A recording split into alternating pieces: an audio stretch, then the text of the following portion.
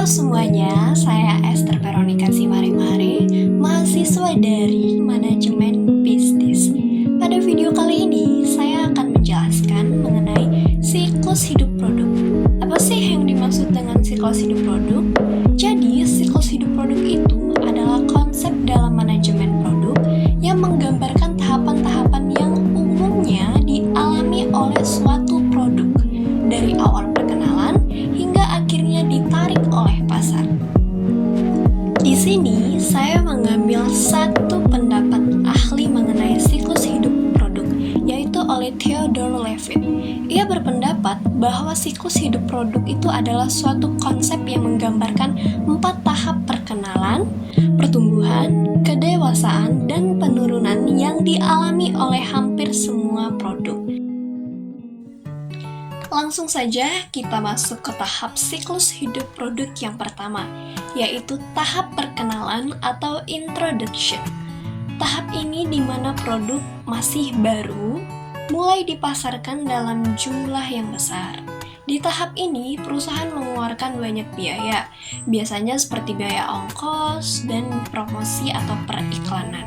Promosi yang dilakukan harus agresif dan bisa menarik banyak konsumen. Pada tahap ini juga, laba yang didapatkan masih rendah. Kita masuk ke tahap yang kedua, yaitu tahap pertumbuhan atau growth. Pada tahap ini, penjualan serta laba akan meningkat dengan sangat cepat. Disebabkan permintaan sudah sangat meningkat, serta masyarakat sekitar sudah mengetahui produk bersangkutan. Maka, untuk usaha promosi yang dilakukan oleh suatu perusahaan tidak seagresif tahap sebelumnya. Di dalam tahap ini, pesaing sudah mulai memasuki pasar, sehingga terdapat persaingan yang lebih ketat.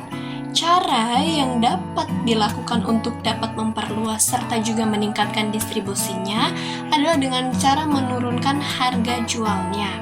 Kita bisa lihat pada grafik di atas, terdapat dari awal hingga tahap kedua mengalami kenaikan.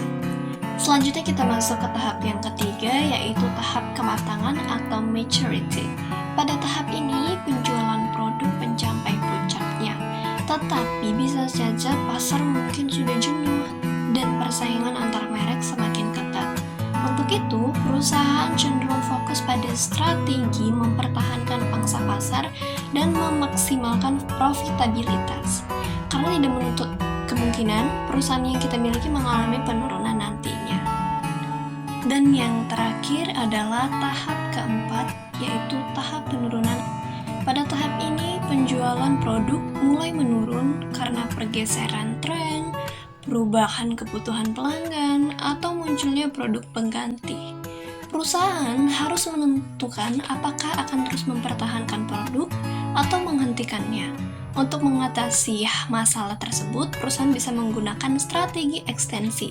Di sini saya jelaskan bahwa strategi ekstensi itu adalah teknik pemasaran yang dirancang untuk memperpanjang siklus hidup suatu produk atau menunda penurunannya.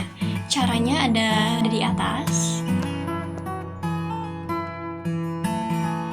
Nah, jika memang suatu produk sudah tidak bisa dipertahankan lagi, maka kita bisa membuat produk baru dan selanjutnya akan mengembangkannya dengan cara melalui ide-ide yang kita kumpulkan, kita saring, dan nanti akan kita membuat satu produk. Demikian penjelasan mengenai siklus hidup produk. Masih belum sempurna, jadi jika ada salah kata saya mohon maaf. Terima kasih.